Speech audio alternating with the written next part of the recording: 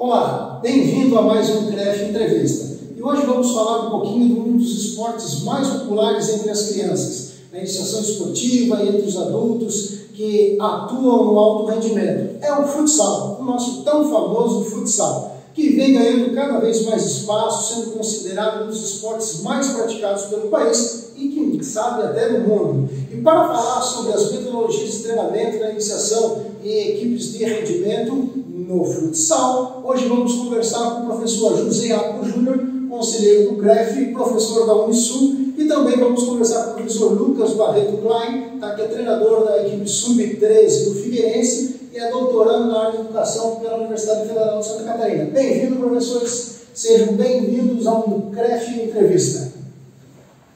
E por falarmos então em iniciação, professor Lucas, quais são as características das crianças para a iniciação esportiva, especificamente na modalidade de futsal? Vamos lá. Primeiramente, agradecer o convite, professor, agradecer o convite do CREF, para a gente poder estar conversando sobre essa modalidade que é tão importante e ser a mais disseminada nas escolas brasileiras. Então, quando a gente fala em futsal, a gente lembra da escola, a gente lembra do recreio, a gente lembra da aula de educação física. Então, eu penso muito nessa questão da iniciação, da característica, que é a questão do gosto. É a criança gostar do esporte, é a criança estar envolvida com a prática, seja ela no futsal, claro que a gente está hoje falando especificamente sobre o futsal, mas a gente tem que sempre pensar nessa relação da cultura da família com o esporte, da criança ter uma relação, muitas vezes, torcer por algum clube. Então, esse vínculo familiar faz com que a criança comece a ter uma certa introdução, um certo gosto pela prática esportiva. Então, eu penso que o gosto ele parte de casa e nós, professores, temos essa função de apresentar a modalidade, de colocar a criança nesse mundo esportivo para que daqui para frente a gente possa seguir aí a questão das metodologias, a questão de desenvolvimento do atleta, mas o primeiro passo é o gosto. A gente é apaixonado pelo esporte, eu comecei no futsal, então eu posso falar com propriedade que eu tenho um gosto muito grande, sou apaixonado pela modalidade. O professor Raco tem inclusive um filho. O professor Raco tem grande experiência na área, já foi treinador, inclusive tem um filho que é atleta de futsal. Fala um pouquinho aí, professor, como é que foi essa vida de pai, de atleta e de treinador? Mais uma vez, então, Emerson, obrigado pelo convite, também é uma satisfação estar aqui com o professor Lucas, trazendo um pouco da sua experiência.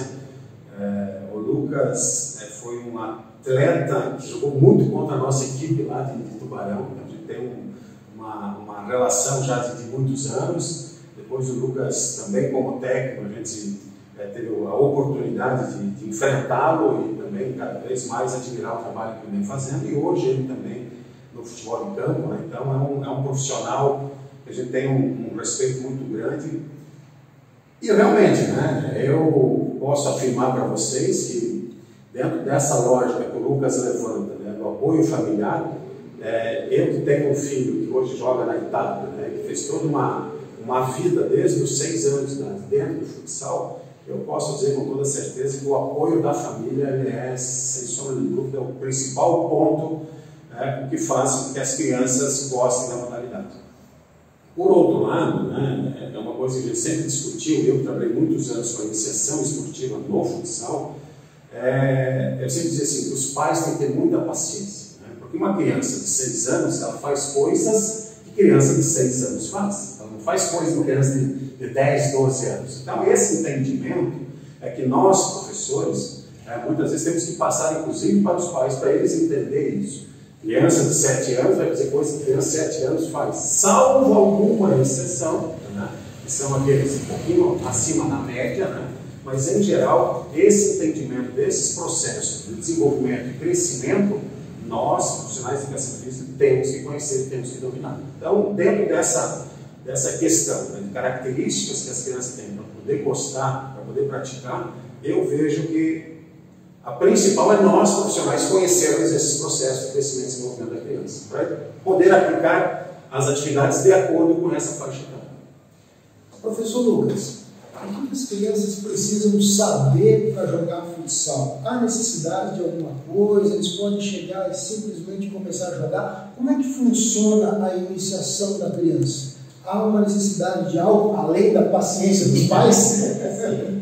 Não, a pergunta é importante, justamente quando a gente fala em questão de iniciação, Muitas vezes as crianças chegam no espaço, né, se inscrevem numa escolinha ou a própria escola oferece essa modalidade como curricular, e a criança muitas vezes nunca teve um contato com esse esporte, né? Então, na verdade, a priori a criança não precisa saber nada, né? A criança tem que ter a vontade, né, o interesse em conhecer a modalidade, justamente porque a gente está trabalhando com crianças ali de 5, 6 anos de idade, onde a gente vai dar essa iniciação, a gente vai começar a inserir um conteúdo, e aí a gente tem algumas questões que são gerais, né? Questão de disciplina, questão de rotina, questão de regras de jogo, né? Que são fundamentais para a gente poder começar a avançar nas escadas, né? Como o professor Arco falou muito bem, cada idade tem os seus compromissos, né? Então a gente vai trabalhar com uma iniciação, a criança precisa saber o quê? Precisa saber que a gente vai jogar com uma bola, que vai ter 2 equipes, e que dali em diante a gente vai evoluindo passo a passo, e aí sim fazer lapidar e fazer selecionamentos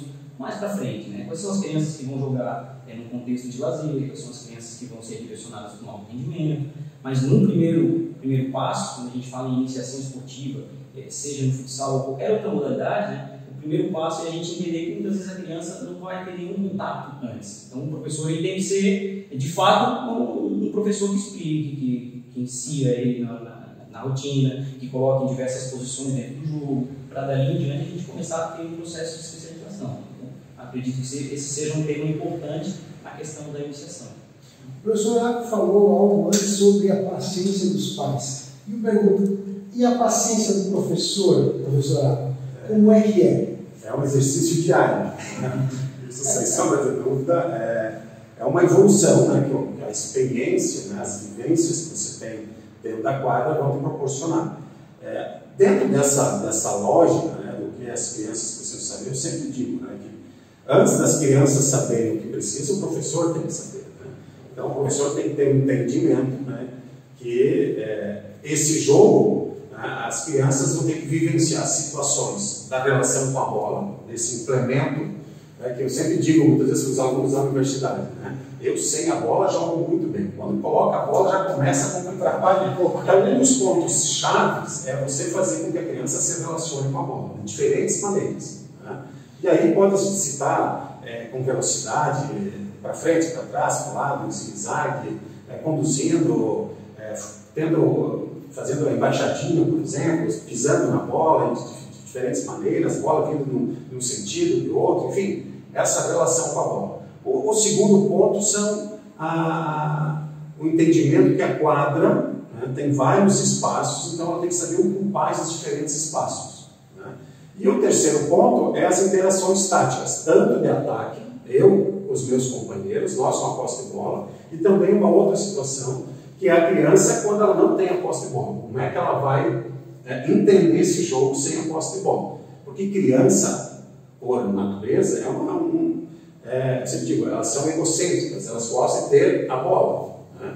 Agora, quando ela não tem a bola, então ela tem que experimentar as situações até para que o seu desenvolvimento e a sua compreensão desse jogo aconteça de uma forma mais ampla. Que legal. Para você que está nos acompanhando aí no nosso vídeo em casa, não deixe de ver outros vídeos da nossa série aqui, CREF Entrevista, que está disponível aí na nossa plataforma. Tá? Então, falando dessa questão de utilização de espaços na quadra, a compreensão da questão do jogo, agora eu pergunto para os dois professores que trabalharam desde crianças até o alto rendimento. Como é que nós podemos falar hoje sobre metodologias que oportunizam o desenvolvimento técnico e a solução desses problemas relacionados ao esporte dentro da quadra? É muito difícil trabalhar isso, principalmente na iniciação. Acredito que no alto rendimento isso seja mais fácil, ou estou errado? Bom, vamos lá. A gente pode pensar justamente nesses dois blocos. Né? A iniciação, a gente vai estar trabalhando com a criança e a criança é um ser brincante. Então, a partir do momento que a gente insere um fundamento técnico, uma atividade, uma tarefa tática, uma questão de ocupação de jogo, uma resolução de problema, a gente pode fazer tudo isso através de um ambiente lúdico, através de um jogo, através de uma brincadeira. E assim, eu gosto de dar exemplos práticos. Né? Tem alguns jogos que são tradicionais assim, nas minhas aulas, né? Por exemplo, jogos de pegada. Né? A gente utiliza a abordagem técnica de marcação, a gente pode colocar tarefas para o jogador que está fugindo de controlar a bola, né? Seja com um pé, seja com outro pé. E aí o professor tem um domínio, né? Digamos que o professor tem um controle sobre o ambiente, ele vai direcionar quais fundamentos entram dentro desses jogos. Né? E a partir do momento que a criança está tendo prazer, aquela tarefa passa a fazer sentido para ela. Né? E então, dou outro exemplo. Né? A última aula que eu estava fazendo, a gente está trabalhando com jogos de resgate da infância. Né? Então, eu dou a tarefa para os alunos. Né? Cada semana, um aluno da escolinha tem que trazer uma brincadeira para a gente fazer na aula. Né? E a brincadeira que a gente trouxe na última aula foi a rebatida. Rebatir um jogo tradicional, né? Faz uma filinha, joga na parede e a meta é que tem os objetivos, né? Outro faz o outro não pegar a bola, outro joga para que o outro pegue. É um professor que dá esse encaminhamento da tarefa. E a brincadeira era prevista para fazer 10 minutos, 15 minutos. Quando a gente viu que estava 45, quase uma hora de aula, a gente continuava ali porque a criança estava brincando e vai olhar qual é o direcionamento. Imprecisão, força, vai bater com a perna direita, vai bater com a perna esquerda, tu começa a poder dar 3 toques, daqui a pouco 2 toques, muda o alvo, muda a distância. Então tu começa a implementar a técnica, né, de uma forma, digamos que mascarada, né, onde o fundamento real é o jogo, é a brincadeira. Né. E quando a gente vai avançando nas idades, avançando na faixa etária, a gente vai trabalhar com alto rendimento através de jogos, mas talvez não num ambiente tão lúdico, tão da brincadeira, né, são jogos mais de tomada de decisão rápida, de mudança de direção, de tarefas mais complexas, mas o princípio ele é o mesmo. O princípio da técnica está relacionado aí no segundo plano, né? Eu acho que fica um ambiente de aula mais prazeroso. Né? Eu penso muito dessa forma. Nesse contexto de resolução de problemas com uma equipe adulta, professor, como é que é possível trabalhar? Você trabalha muito com dinâmicas de grandes jogos? Como é que é essa questão de resolução de problemas? Eu particularmente, eu sou adepto, né, de uma metodologia de ensino, né, do ensino dos jogos pela compreensão, onde o atleta ele tem que compreender o jogo. Ele compreendendo o jogo, ele vai conseguir justamente sair dessas situações, problemas que o jogo a toda hora está colocando o atleta. Né? Então eu entendo, né, que durante as nossas práticas, durante as nossas atividades que nós propomos para os atletas, é interessante que tenha essa característica. E principalmente, né, que ele seja colocado em situações que vão acontecer no jogo. Então, nós temos situações que são corriqueiras no jogo de futsal, que acontece muito, né? Por exemplo, contra-ataque. Então, é uma situação do jogo que você tem que obrigatoriamente trabalhar de diferentes maneiras, de diferentes situações, de diferentes locais da quadra onde possa acontecer esse contra-ataque. Seja um contra-ataque 1 contra 1, 2 contra 2, 3 contra 2, 2 contra 1, com superioridade numérica ou igualdade, que também é um contra-ataque. Né? Então você tem que proporcionar situações no treino que se aproximem daquilo que ele vai encontrar no jogo. Porque quando acontecer no jogo, a memória dele já vai estar sendo estimulada, porque ele já vivenciou e ele muitas vezes sabe como sair daquela situação. Então eu entendo, né, que a metodologia de treinamento que nós devemos usar é aquela que nós vamos pegar o jogo e fatiar em partes desse jogo, sabendo o que vai acontecer e trabalhar em cima disso. Então eu entendo que é dessa maneira que eu particularmente trabalho e que quando oriento, faço alguma situação de socialização dos conhecimentos, abordo essa linha de raciocínio. E agora eu vou fazer uma pergunta diferente para vocês. Tem diferença em trabalhar com meninos e meninas? Eu tive algumas experiências com futsal feminino, inclusive a minha primeira experiência atuando como treinador foi com futsal feminino da Universidade Federal.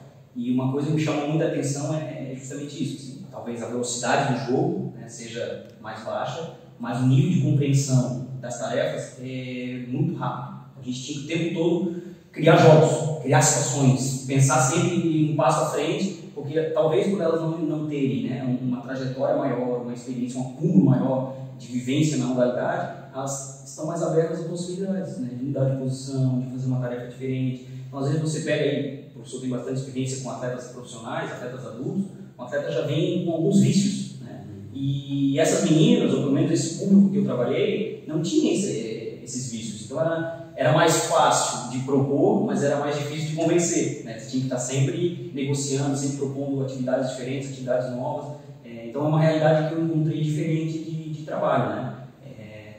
E é uma experiência muito boa. Acho que faz parte da formação do professor também entender que às vezes vai ter grupos mistos, né, na iniciação, meninos e meninas, idades diferentes, né, grupos heterogêneos, mas quando a gente entra em alto rendimento, o futsal masculino é um esporte completamente diferente do futsal feminino. Existem outras estratégias, outras dinâmicas, outras relações, então é importante a gente ter isso em pauta. Principalmente, né, Luiz, das questões fisiológicas, né? Eu nunca trabalhei com equipe feminina, mas quando eu estava em Chapecó, eu trabalhei muitos anos em Chapecó, eu trabalhava com sub-15, sub-17, né? A gente fazia muitos jogos com a equipe adulta lá no time de Chapecó.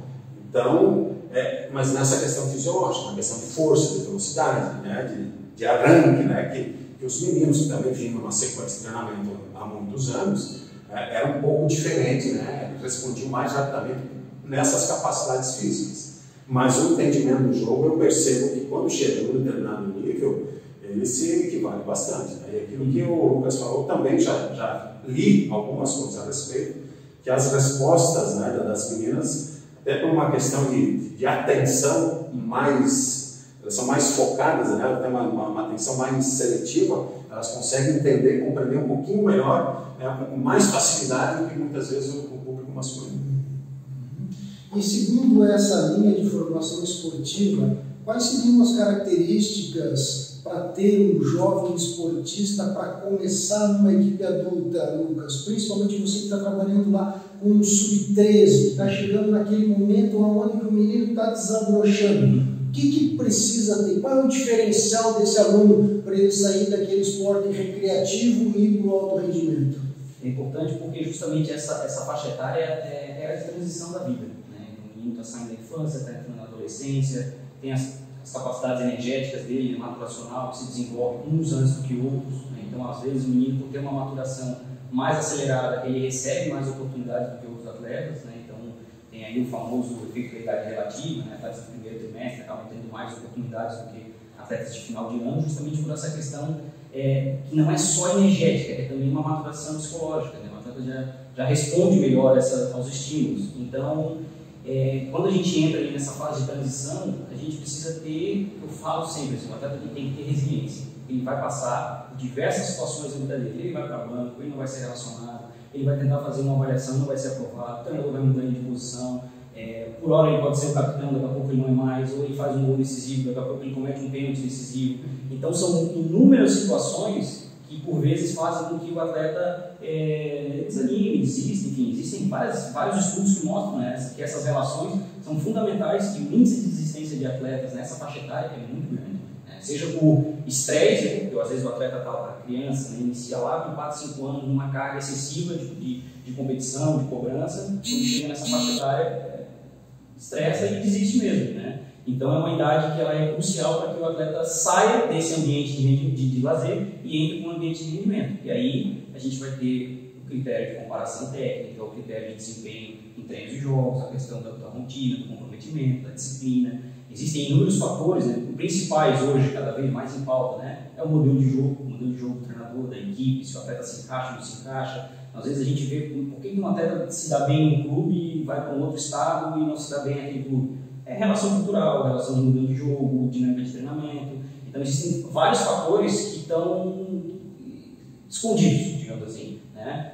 E o atleta precisa ter resiliência e precisa saber sofrer, né? Acho que a questão fundamental é essa, tem que saber sofrer para poder chegar no alto nível e quando tiver as suas primeiras oportunidades, é onde vai de fato cair na cova dos leões. Um menino, às vezes, com 20 anos, tendo que jogar um profissional, tendo que resolver um jogo de profissional, pega jogador de 10 anos já de experiência no profissional, é muita diferença, né? O nível de experiência, o nível de entendimento das ações, o nível de absorver, claro que a gente não está tendo agora em função da pandemia, mas relação de pressão de torcida, pressão por resultado, um atleta experiente vai ter vantagem, né? Então a gente vai ter que saber lidar com isso e inserir aos poucos os atletas, né? Eu acho que seria essa uma questão importante para a gente pensar. Como é que é esse tempo de treinamento dentro dessa perspectiva, esse jogador que está, esse jovem que está partindo do futsal recreativo, até mesmo do futebol recreativo, e ele vai mudar do recreativo para o rendimento, quanto tempo ele passa a treinar? Ele treina muito, ele treina pouco? Como é que funciona isso, professor?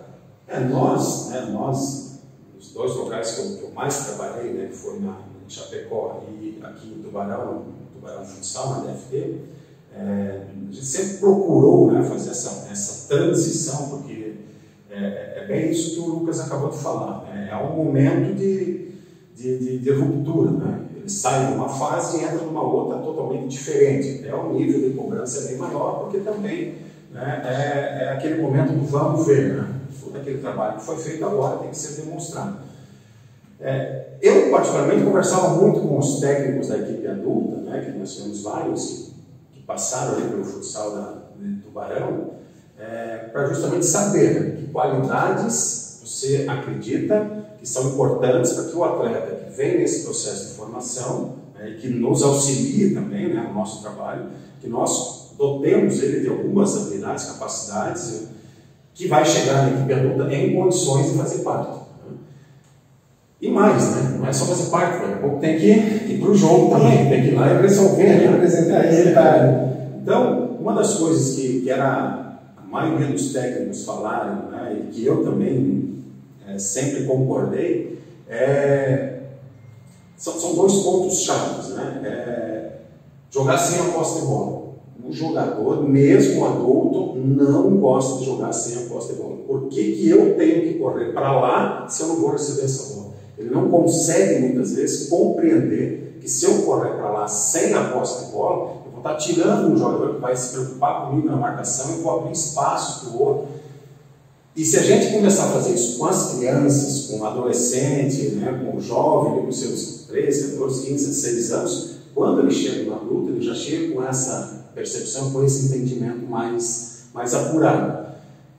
Eu tive a oportunidade de trabalhar com um adulto, né, 2009, 2010, e teve atletas com muita dificuldade de entender isso, né, de correr sem a bola, de tirar o jogador, o marcador de uma situação para favorecer o outro que estava com a posse de bola. E aí eu dizia para eles, né, pessoal, joga quem está sem a bola, joga quem está sem a bola. Tanto que tu cria jogos, né, que tocou a bola, tem que se movimentar, não pode receber a bola parada. Era uma maneira de você estimular a se movimentar. E a outra questão é a questão do entendimento de marcação. Né? Quando que é marcação individual, quando que é por zona, quando que é mista, quem que dá os comandos dessa troca de marcação. Né? Quando muitas vezes o cara está na primeira linha de marcação e grita, troca, não é ele que tem que fazer isso, é o cara de trás, né, enxergando o jogo. Né?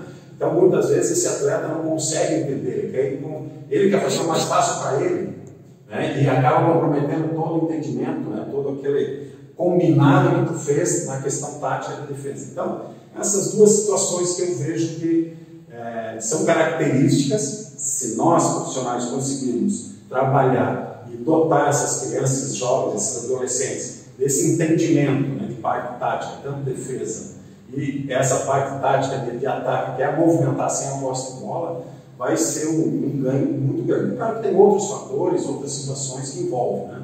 Mas essas duas foi o que mais senti dificuldade. Então, baseado nesses depoimentos de vocês, existem algum método de treinamento específico? Quais seriam os principais métodos de treinamento para as equipes de rendimento? Como é que a gente pode trabalhar com equipes de rendimento, então? Essa questão do entendimento de jogo, que o professor fala, é fundamental para o atleta ter essa compreensão de leitura, até porque a gente tem alguns fatores externos que muitas vezes atrapalham. Né? Na iniciação são os pais, né, que às vezes dão uma tarefa diferente do que foi treinado, né? Pressiona, recua, já foi para água abaixo, né? E a voz preponderante é a do pai, né? Não é do treinador, enfim. E no alto rendimento, né? A gente vai falar em torcida, né? Então, no futsal ainda tem uma certa proximidade e uma dinâmica de jogo que facilita, né? Então, se o jogador estiver errando muito, tira, conversa com ele, mostra na prancheta e depois coloca de novo. Agora no campo, por exemplo, já não tem isso, né? Então, tu não consegue conversar com o jogador que está lá do outro lado do campo. Então, esse entendimento do que está acontecendo no jogo, das fases de jogo, das posturas de marcação, dos estilos, enfim, da leitura do adversário, tudo isso o menino tem que aprender, desenvolver e executar quando chega no profissional, para que o sonho de todo professor, de todo treinador, é chegar no jogo e ficar sentado olhando, para que tudo seja executado ali, porque no treino a gente tem o controle, a gente muda a tarefa, a gente para, a gente corrige, a gente acerta o posicionamento, a gente dificulta, eleva o nível, né? Muda. Eu gostava muito de fazer, quando ia pegar equipes que melhores do que a nossa, né? Ia lá e fazia no final aquele coletivo, pré-competição, ó, tá 10 minutos, vocês têm 10 minutos aí para virar o jogo, tá 2-0 pro time. E os meninos dão uma vida, né? Porque eles entram no estado de jogo, né? Então acho que a principal ferramenta, né, para tu treinar o alto nível é tu ter 1h30, 2 horas, 3 horas de treino que seja, mas tem que ser um treino de qualidade, não de quantidade, né? tem que colocar o teu atleta em estado de jogo o tempo todo, tu tem que fazer todo mundo participar, todo mundo entender, executar funções diferentes, porque na prática é imprevisível.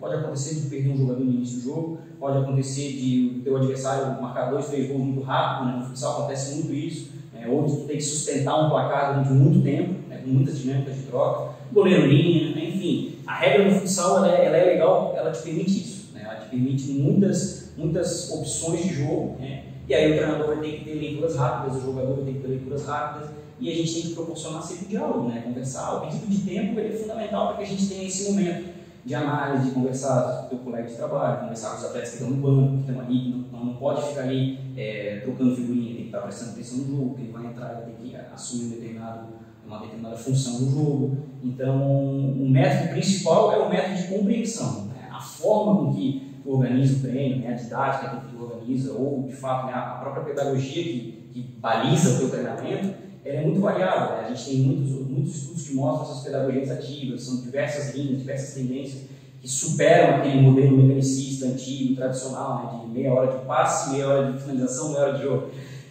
A gente já avançou, os treinadores hoje, principalmente no alto rendimento, trabalham muito com essa questão da compreensão do jogo. Agora a forma que tu vai organizar, a estratégia que tu vai utilizar, varia de treinador para treinador, varia de equipe para equipe, mas são várias ferramentas que a gente pode utilizar e a gente tem que saber se movimentar nesses espaços, porque um dia tu está em Tubarão jogando num determinado filosofia de jogo, outro dia tu está em Chapecó jogando com uma equipe completamente diferente, jogadores com tamanho de quadro diferente, exatamente. Então, às vezes competição de níveis diferentes, então tem que se encaixar nesse modelo. Então, seria mais ou menos certo a gente dizer que lá no começo, então, o menino ou a menina ele tem que ter bastante volume, bastante tempo de bola no pé, brincando, o máximo possível de contato com qualquer situação. Depois, maior, nos níveis um pouco mais elevados, 15, 17, assim por diante, aí ele é um pouco menos de tempo, mas com mais entendimento de jogo, mais solução de problemas, seria isso? Eu até queria trazer aqui para quem está nos acompanhando, eu tive a oportunidade de fazer no ano passado um curso com o Marquinhos Xavier, depois bater um papo também com ele numa live aqui no Instagram do Conselho também, e eu sempre faço questão de frisar isso, a metodologia que ele usa, ele diz o seguinte, que ele divide a quadra em 3 partes, em 3 terços, no terço lá atrás, que seria a saída de bola, é a responsabilidade dele, do técnico, tem que criar situações durante os treinamentos, o técnico tem que visualizar e criar situações de marcação que ele vai imaginar que a equipe adversária vai colocar nele, e ele então cria situações para sair daquela marcação. Então, naquele terço lá atrás, é a responsabilidade dele fazer sair jogando. No terço central da quadra, é uma divisão de tarefas, tanto do técnico quanto do jogador. Que a gestão compartilhada. Gestão compartilhada. Ali os problemas já têm que ser resolvidos por ambas as partes. O técnico e o próprio jogador achar muitas vezes as soluções. E no terço do ataque, lá próximo à área adversária, lá é o jogador que tem que resolver. Porque lá a imprevisibilidade é muito grande. Então, ele diz isso, Lá atrás é minha responsabilidade, no meio ela é compartilhada com o atleta e lá na frente o atleta. Por quê? Porque o meu treino eu tenho que criar também situações de deixar muitas vezes esse atleta, por exemplo, em situação de 1 contra 1, sem cobertura, que ele possa, desde que esse atleta tenha condições, tenha as capacidades e habilidade para ir numa situação de drible, para ele poder resolver a situação. Então eu vou criar durante o meu treinamento situações para esses 3 momentos do jogo. Na defesa, que é minha responsabilidade, no meio, que é uma compartilhada, e o ataque, que é do atleta. Mas isso, a metodologia que eu uso tem que proporcionar situações para que isso aconteça. E só para complementar, a gente consegue transpor essa ideia para a iniciação, já que a gente está falando em referências, uma das referências que a gente tem de futsal de iniciação é o professor Felipe Sá, que trabalhava no Santos, hoje está no Corinthians. E no curso que eu estava com ele da NTF, ele fala justamente sobre essas ideias do Marquinhos Xavier e como que ele transformou isso em iniciação. Ele brinca com a sinaleira, saída de jogo, sinal vermelho, cuidado, meio da quadra, sinal laranja, sinal verde, acelera, vai para cima, então ele brinca com as crianças nesse sentido. Então a gente consegue utilizar a mesma ideia, né, a mesma lógica do jogo do alto rendimento, a gente consegue transformar numa brincadeira, consegue transformar num jogo para a criança e vai fazer com que tenha essa compreensão. Né? Vai chegar lá no profissional, bater uma bolsa. Aqui atrás é toque, sai, se apresenta, senão eu posso entregar uma bola aqui e lá na frente eu posso fazer o que eu quiser. Costumo sempre dizer que às vezes o peladeiro ele não tem essa noção da tomada de decisão, né? Ele está lá atrás da quadra, é um contra um, mas não tem cobertura atrás, ele inventa de sair driblando. Aí ele está lá na frente, é um contra um, só tem o goleiro que ele tem uma situação de ir pro gol, aí ele não dribla, ele toca para trás.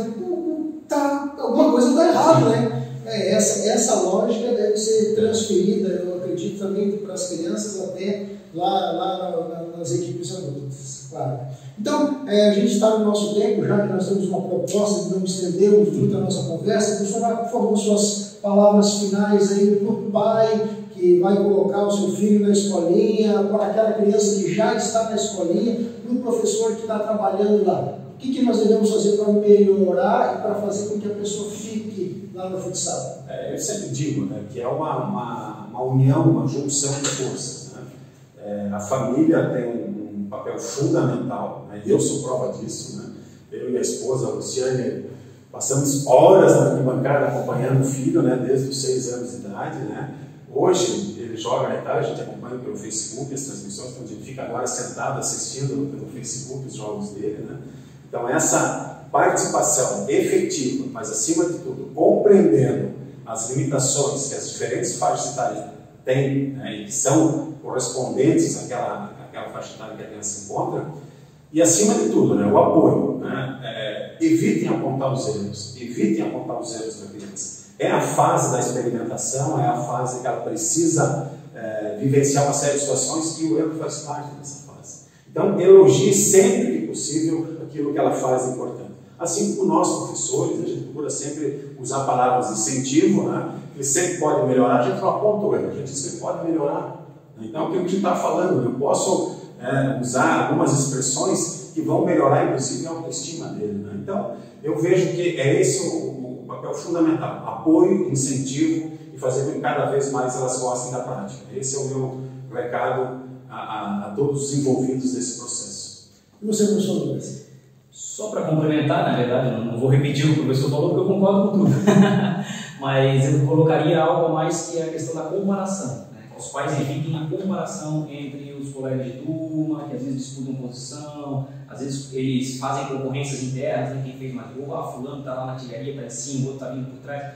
Então eu acho que tem que tomar um pouquinho de cuidado com isso, justamente porque é um ambiente onde cada um vai se experimentar um pouco. Né? E nós, como professores, temos esse papel, né, de ofertar para todos, de oportunizar para que os meninos vivenciem posições diferentes, os protagonismos em alguns momentos, de outros não. Então, muitas vezes os pais, eles, por ansiedade, né, eles estão do lado de fora, eles acabam cobrando demais e comparando os seus filhos com colegas de equipe, né? Isso cria um ambiente ruim, até na própria arquibancada, enfim, em casa. Imagina o menino vindo no carro, poxa, quem que tocou a bola pro fulano, agora está com mais gol do que tu. Isso é um perigo, né? Isso é uma mensagem perigosa para a criança. Vai chegar no próximo treino, aí a tomada de decisão era para dar o passe, e ele, se eu der o passe, não vai brigar comigo. Então a gente tem que ter um pouco de cuidado com isso, né? E avançar nesses sentidos que o professor falou, né? De apoio, de motivação, da gente sempre trazer os feedbacks positivos para o grande grupo, se quiser corrigir uma situação, às vezes, de erro, o menino comete erros graves que são importantes para a formação dele, chama no mundo individual, conversa ali no pé do ouvido, evita expor a criança, porque desanima muitas vezes, né? Então, escutar uma crítica em público é ruim, né? Imagina para uma criança que está ainda aprendendo a lidar com isso. Então, o nosso papel é transformar esse ambiente sempre num ambiente positivo, né? E para que a gente possa ir evoluindo aos poucos e direcionar, respeitando as faixas etárias, eu diria isso, né? Que os pais devem ter menos ansiedade, serem participativos, apoiarem, ouvirem as crianças e evitar essa questão de comparações entre colegas de equipe e adversários, para a gente evitar qualquer problema extra. Muito bem, então hoje conversamos com o professor Araco, professor da Unisul, treinador de futsal, com o professor Lucas, treinador do Figueirense, da equipe Sub-13, para falar um pouquinho sobre futsal conosco. Então, agradecemos a você que ficou até o final do nosso programa e esperamos nos encontrar aí em outros momentos com outras conversas no nosso CREF Entrevista. Até mais!